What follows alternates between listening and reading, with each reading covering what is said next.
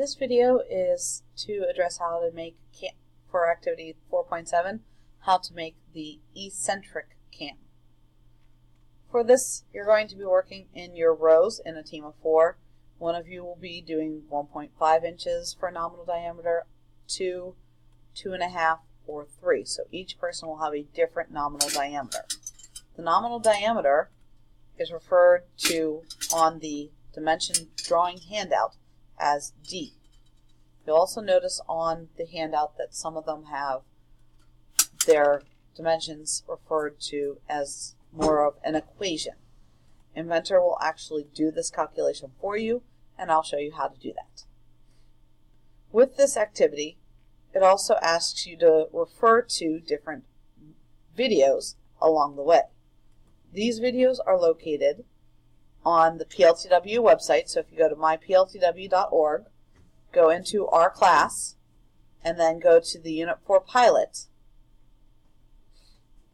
If you go down to the activity 4.7, under resources, you will see the videos that it's referring to.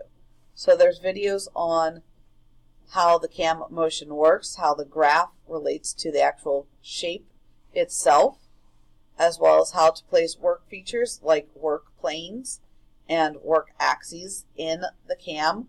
And you'll need to do this in order to do the final step, which is to assemble your cam motion automata practice, which is this final video. The files that you'll want to use, minus the cam that you'll be creating, are located in this automata simulation zip file. You can also find these files shared with you on Google Drive in the automata simulation folder. In order to make the part, what you see here is an example of the eccentric, or the pair cam. This video is going to be talking about the eccentric. You'll notice that the axle hole is not centered with the center of this circle. This is actually a true circle, just the axle hole is off center. So the first thing you'll do, like always, is to start a new part file. In this case, I'm going to start by making my nominal diameter. So I'm going to use the example of 1.5 inches. So keep in mind, yours could be 1.5, it could be 2, it could be 2.5, or 3. And then I'm going to make a smaller circle that is 3/16 of an inch. And I am able to write that as a fraction, so if you want to do that, you don't have to worry about doing the math. You can just type 3/16. And once it loads, I'm going to take my dimension tool and dimension from the center point to the circle. And in this case, that's going to be 1/4 D. So that's either 1/4 times 1.5, and remember I'm using 1.5 as my nominal diameter, or I could write it as 1.5 divided by 4. Either way, it's going to give me the same value.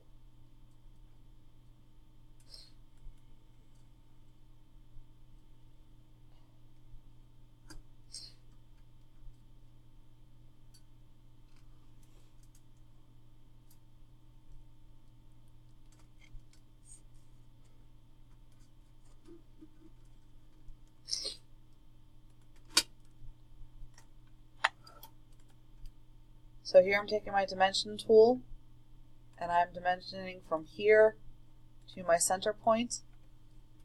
And remember, I can either do 1/4 times 1.5 or 1.5 divided by 4. It's going to give me the same exact value.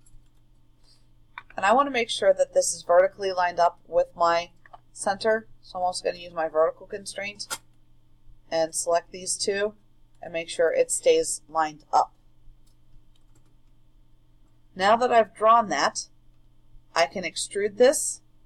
It's going to have a plate thickness of 3/16. And that is my eccentric cam. You'll want to refer to the video in PLTW to see which work features you're going to need, which work axes and work planes, as well as how to assemble the actual parts itself.